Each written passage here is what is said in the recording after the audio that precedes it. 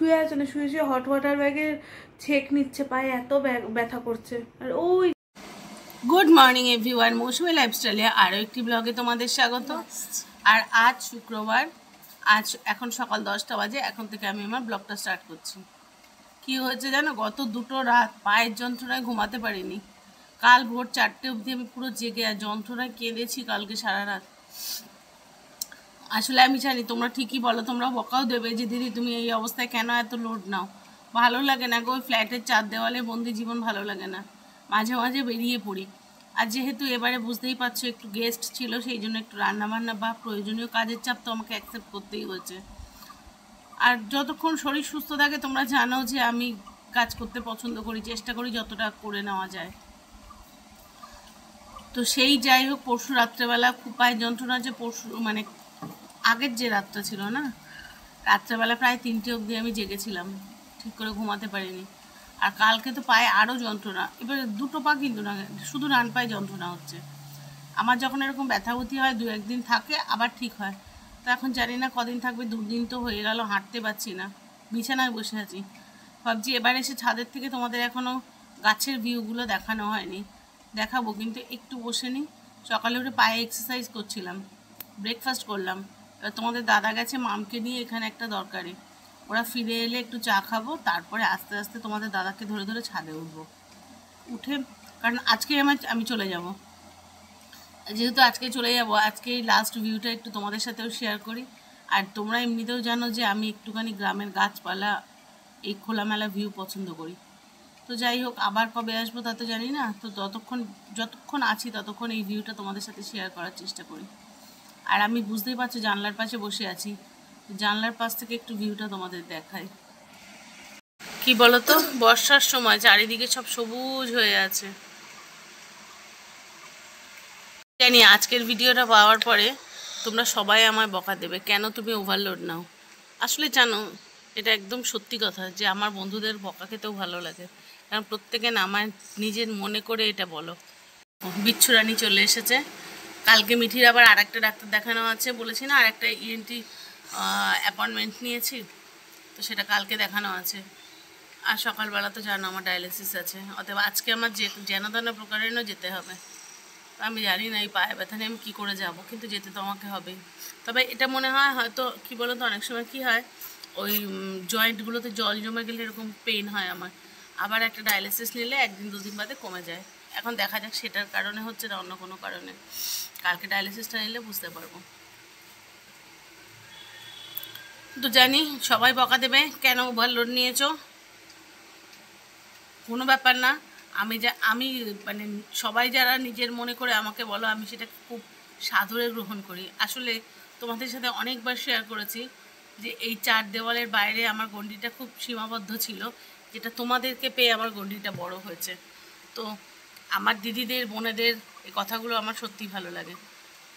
তো চলো এবার একটু চাটা খেয়ে নিই, তারপরে ছাদে যাব, গিয়ে তোমাদের কাছে আবার ফিরত আসছি।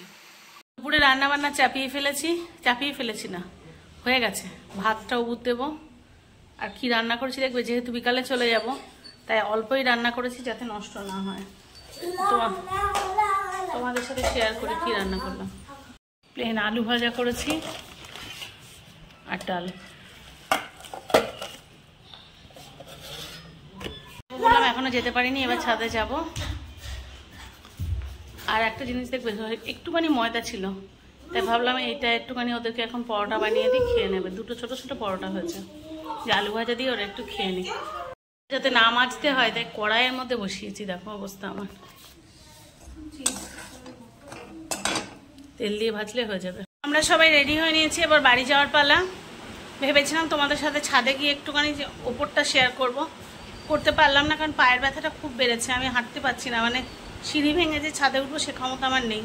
আমি জানি না বাড়ি গিয়ে 3 তলায় আমি কি করে উঠবো, হয়তো বসে বসে উঠতে হবে, কিন্তু বাড়ি তো যেতে হবে। আর যাচ্ছি, আমরা কিন্তু ট্রেনে যাচ্ছি, সেই জন্য অনেকটা আগে বেরোচ্ছি, কারণ এক পায়েতে প্রচণ্ড জোর মানে ব্যথা, নড়তে পারছি না। তো একটু ধীরে সুস্থে যেতে হবে, একটু আগেই বেরোচ্ছি। তো চলো, নেক্সট টাইম খুব খারাপ লাগছে জানো তো, নেক্সট টাইম আবার শেয়ার করবো, আবার আসবো। গ্রামের বাড়িতে এলে না এই খোলামেলা পরিবেশ ছেড়ে যেতে খুব কষ্ট লাগে, কিন্তু কিছু করার নেই। বেরোতে তো হবেই। কাল তোমরা জানো ভোরবেলা আমার ডায়ালিসিস আছে, অতএব যত রাতই হোক গিয়ে পৌঁছাতে হবে। আর এখন কিন্তু বিকাল হয়ে গেছে, রোদ পড়ে গেছে, মানে রোদ্দুর থাকা অবস্থায় বেরোনো সম্ভব নয়। তো আমরা সবাই রেডি, চলো যেতে যেতে কথা বলি।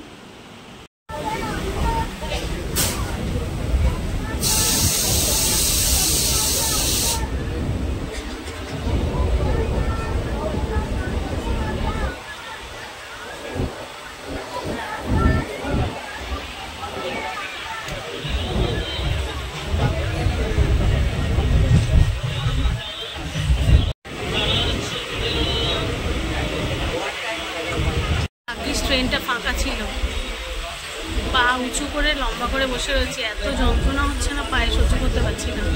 তোমরা বুঝতেই পারছো আমি কিভাবে বসে আছি। আর মিঠি এই যে পেছনে রয়েছে, আমি সিটের উপরে পা তুলে দিয়ে বসে আছি, যন্ত্রণা হচ্ছে, সহ্য করতে পারছি না পায়ের যন্ত্রণা। ছিলাম কিছুক্ষণ পা নিচু করে বসে, তারপর এখন আর পাচ্ছি না বুঝতে। আর ট্রেনটা ফাঁকা হয়ে গেছে দেখে মাম চলে এসেছে, ওই দেখো মাম ছিল ওই পাশে, এখন তো ট্রেনটা ফাঁকা হয়ে গেছে, ওই জন্য মাম এখানে চলে এসেছে পেছনটাতে। আর আমি পুরো আড়াআড়ি বসে আছি, পা তুলতে পারছি না, এতটা যন্ত্রণা হচ্ছে। এখনো 2টো স্টেশন বাকি। চলো যাই, স্টেশনে পৌঁছাবো, ওখান থেকে ক্যাব নিয়ে নেবো, তাছাড়া উপায় নেই। কারণ আরেকবার ট্রেনে উঠতে পারবো কিন্তু নামতে পারবো না, সাউথের দিকে ট্রেনে ভিড় হয় প্রচণ্ড, ক্যাব নিয়ে নেবো। চলো সঙ্গে থাকো। টায়ার্ড মা? হ্যাঁ, পায়ে খুব যন্ত্রণা হচ্ছে। অনেকদিন পর ট্যাক্সিতে, প্রচুর বছর পর। হ্যাঁ, আমরা এসি যাত্রী বুক করেছিলাম, পেলাম না, পরে আবার ক্যান্সেল করে নন এসি করলাম। বলে আমরা সেই পুরোনো হলুদ ট্যাক্সি, অনেক বছর বাদে একটা নস্টালজিক হ্যাঁ, এত বছর পর উঠেছি, কি বলবো বল। এদিকে কলকাতায় বৃষ্টি হয়েছে। কেন, ট্রেনে আসার সময় বৃষ্টি পেয়েছি, কিছু কিছু জায়গায় পেয়েছি, কিছু জায়গায় আবার বৃষ্টি ছিল।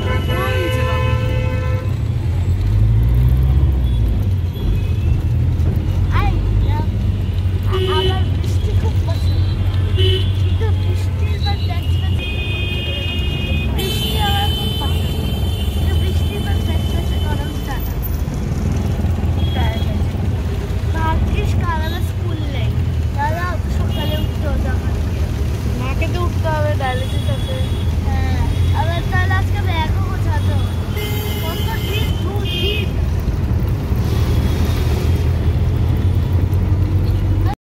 তো এইমাত্র বাড়ি এলাম, খুব কষ্ট হয়েছে, নিচ থেকে ওপর অব্দি উঠতে না আমার জীবনটা বেরিয়ে গেছে, খুব কষ্ট হয়েছে উঠতে। এসে কোনো রকমে গা হাত পা ধুয়ে স্নানটা সেরে, আমার বাইরে কোথাও থেকে এলেন, আমার স্নানটা যতক্ষণ না করে আমার খুব কষ্ট হয়। আজকে মাথাও ভিজিয়েছি। তো যাই হোক, এত কষ্ট হচ্ছে না, স্নানটা করে এসে বসলাম। কি বলছো? আমি এসেই রাখতে বসেছি। মেয়েটি তো ট্রেনের মধ্যেই আসছিল, তো এত কষ্ট হচ্ছে, হাত পা সব ছিঁড়ে যাচ্ছে। আর ওই পাটা এত এত যন্ত্রণা হচ্ছে, এত যন্ত্রণা হচ্ছে, সেটা বলে বোঝানোর নয়। ট্রেনে আস্তে আস্তে কমেন্টস পড়ছিলাম আর রিপ্লাই দিচ্ছিলাম। অনেক বন্ধুরা লিখেছেন যে তোমার হয়তো কি জানো ওটা মানে বাত এক ধরনের, সেটা বলেছ। না, এটা বাত নয়, ব্যাপারটা হচ্ছে এটা হচ্ছে কিডনি পেশেন্টদের, যারা কিডনি পেশেন্ট আছে বা পরিচিত কেউ আছেন তারা জানে, মাঝে মাঝেই যদি কোথাও এক্সট্রা জল জমে যায় সেই জায়গাটা যন্ত্রণা হয়। হয়তো কালকে ডায়ালিসিস করলে কি আর একটা ডায়ালিসিস করলে তখন এমনি বন্ধ হয়ে যাবে। এক তো জল জমার কারণে হয়, আর 2 হচ্ছে ইউরিক অ্যাসিড যখন আপ ডাউন করে। আজকে আমার যেমন পায়ের গিটে যন্ত্রণা হচ্ছে, অন্য সময় মানে হাতের গিটে হয়, কখনো কোমরে হয়, কখনো গোড়ালিতে হয়। তো এগুলো মানে কোনো একটা স্পেসিফিক জায়গা হলে বোঝা যেত আর্থ্রাইটিস বা কোনো কিছু, সেরকম নয়। আবার আফটার ডায়ালিসিস কিন্তু এই ব্যথাটা কিন্তু অনেকটা রিলিফ হয়। তো দেখা যাক কাল ডায়ালিসিস আছে কি হয়। আর এটা তো খুব সত্যি কথা, একটু বেশি প্রেশার নিয়ে ফেলেছি গত 1 সপ্তাহ ধরে, সেটা আমার থেকে আমার বন্ধুরা ভালো জানে। সে মিঠির জন্মদিন থেকে শুরু হয়েছে। তবে কি বলতো, গ্রামে যে গেছি, প্রেশারটা নিলেও না মনটা খুব ভালো ছিল, খুব ফ্রেশ লাগছিল। এত শরীর খারাপের মধ্যে থেকেও বেশ ভালো লাগছিল। আজকে দেখো আবার এখানে চলে এসেছি, আমার আবার ভালো লাগছে না। এই আবার সেই চার দেওয়ালের মধ্যে, সেই হসপিটাল, সেই ডায়ালিসিস, সেই চার দেওয়ালের মধ্যে বন্দি জীবন, সেই একঘেয়ে রুটিন। কিছু করার নেই, এটাই আমার লাইফ। এর যেমন খারাপ দিক আছে তেমনি ভালো দিক আছে। শহরে থাকি বলে চিকিৎসাটা ভালো পাই। আর কি অদ্ভুত দেখো, এখানে থাকলে 1 মিনিট এসি ছাড়া থাকতে পারি না। ওখানে কি সুন্দর ফ্যানের হাওয়ায় ছিলাম। সত্যি কথা বলতে প্রয়োজনই হয় না এসির, প্রয়োজনই নেই। এত ফ্রেশ মানে এয়ার। আর এখানে এত পলিউশন যে এমনিই থাকা যায় না। তো যাই হোক, সব খারাপের মধ্যে ওই যে ভালো বললাম, চিকিৎসাটা এখানে ঠিকঠাক পাই, যেটা গ্রামে পাবো না। তো উপায় নেই, আমাকে এইভাবেই চলতে হবে। আমার এই চার দেওয়ালে বন্দি জীবনেই কাটাতে হবে যে কদিন আছি। তো চলো, আমি ভিজা গামছা নিয়ে এসে বসেছি। কালকে ডায়ালিসিস যেহেতু, আমি এখানে মাথার উপরে দিয়ে দিয়ে আবার ঠান্ডা করবো, যেহেতু এতটা এসেছি তো শরীরে তো একটা ধকল গেছেই। আর সত্যি কথা বলতে কি জানো, আমি তো 2-1 বন্ধু বলেছে যে মাথায় অনেক জল ঢালবে, আর আমি নিজের মতো মানে ইমপ্লিমেন্ট করেছি এই ভিজা গামছাটা। আমি কিন্তু অনেকটা ভালো রেজাল্ট পেয়েছি। আমার যখনই বেশি প্রেশার উঠে যাচ্ছে, মাথা ব্যথা হচ্ছে, এই ভিজা গামছাটা আমাকে ভীষণভাবে সাপোর্ট করছে আমার মানে প্রেশারটাকে কন্ট্রোল রাখতে, সাংঘাতিকভাবে। তো এটা যবে থেকে ব্যবহার শুরু করেছি তবে থেকে কিন্তু প্রেশার আন্ডার কন্ট্রোল। আমার মনে হয় তোমরা নিজেরাও জানবে যে গত 1 সপ্তাহ কিন্তু আমি বলিনি আমার প্রেশার হাই হয়েছে। তো এটা আমার জন্য একটা বড় ভালো কাজ দিয়েছে। চলো এখন একটু রেস্ট নিয়ে নিই, তারপর আবার ফেরত আসছি। আমরা সবাই তো চলে এসেছি বাড়িতে, এসে সবাই ফ্রেশ হয়ে গেছি। বাপি এখন স্নান করছে। তো মা এসে তো খুব শরীরটা খারাপ লাগছে, পায়ে খুব ব্যথা, কাল আবার ডায়ালিসিস আছে। এই যে শুয়েও পড়েছে অলরেডি। শুধু শুয়ে আছে না, শুয়ে শুয়ে হট ওয়াটার ব্যাগে ছেঁক নিচ্ছে, পায়ে এত ব্যথা করছে। আর ওই যে মিঠি, হ্যাঁ দেখবে, এই দেখো, এই দেখো, মিঠি ড্রয়িং করছে আর মা শুয়ে রয়েছে। শরীরটা সত্যিই খারাপ লাগছে।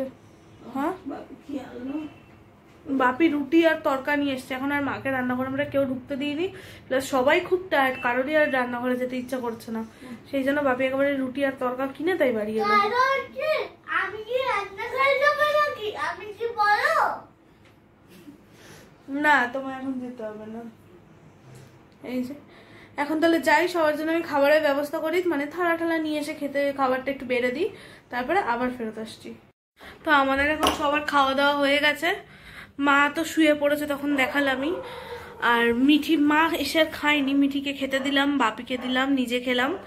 আর এখন ওই ঘরে মিঠি আর বাপি বসে রয়েছে, বিছানা টিছানা করলাম, সবকিছু করে এসে এই এখন বসলাম। এখন রাত প্রায় 11:05, প্রায় না 11:05। হ্যাঁ, তো আজকে সারাদিন সবারই যথেষ্ট খাটনিতে গেছে, কারণ এই একটা আসার ঝামেলা, সবকিছু গোছানো, তারপরে এই আসা এতটা, প্লাস আমরা তো ফিরিও নি গাড়িতে, এসেছি তো পুরো ট্রেনে। তারপরে ওখান থেকে আরেক সমস্যা, আমরা আজকে এসেছি ইয়াত্রী সাথীর গাড়ি বুক করে, এবার এসিটা আমরা পাইনি।